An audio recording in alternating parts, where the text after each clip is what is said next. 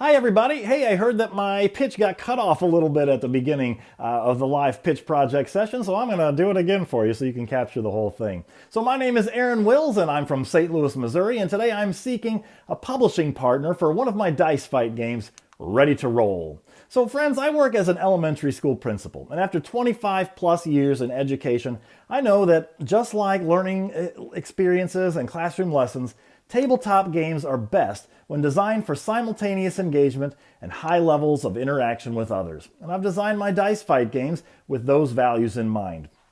So my dice fight mechanic is quite simple, and it's already been a proven winner with hundreds of mass market game players. It starts with a simple dice roll for randomness, and then players strategically alter the outcome of the dice by playing simple and sometimes quirky or surprising action cards.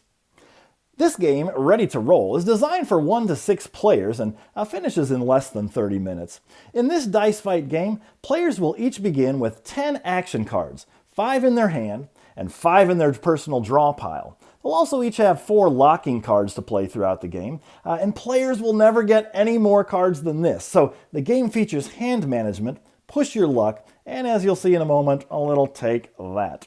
Well, it begins by rolling these 3 shared dice, red, green, and blue, and we'll track the values of those dice on the corresponding tracking mats.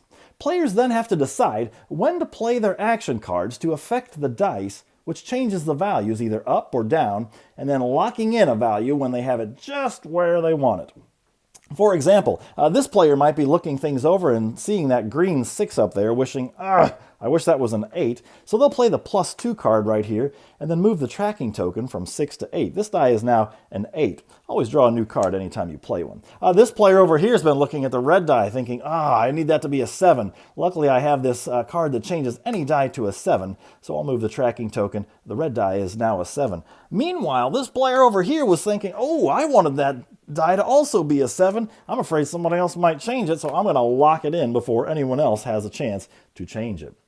So you might be wondering, well, what dice values are the players even aiming for? Well, that's where the fun comes in. You see, each player is targeting a different scoring criteria designated in the scoring box on the score sheet. So this player is hoping for 3 of a kind for 5 points. If the red, green, and blue dice add up to 9 or fewer, that will score 3 points. And they'll earn 2 points if no dice are locked at the end of the round, and 1 point if there's at least one 5.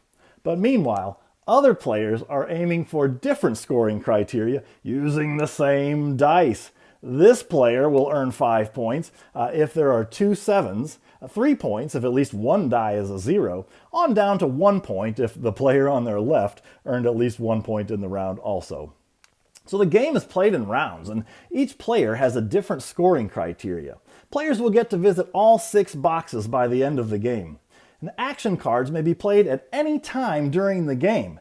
There's no turn taking in a dice fight. And there's the simultaneous engagement that we were talking about earlier. The round will end when all 3 dice are locked with locking cards, or when all the players decide they aren't playing any more cards and they agree to end the round for scoring. Players then circle the points that they earned during the round, and then they follow the arrows to their next scoring box and start familiarizing themselves with their new scoring criteria for round 2. So after 6 rounds, we're at the end of the game, and just like Sushi Go or Yahtzee, there's a fun suspense as players add up and then slowly announce their final scores out loud to determine the winner. All right, the game is intentionally designed to have a nice rhythm between the tension and the decision making when playing the action cards in the ever-changing dice fight environment, followed by the short scoring breaks between rounds when players are then often laughing and chatting about how, she ruined my score by locking in the blue die, I needed that one, and then other fun banter that just takes place and makes the gaming experience memorable.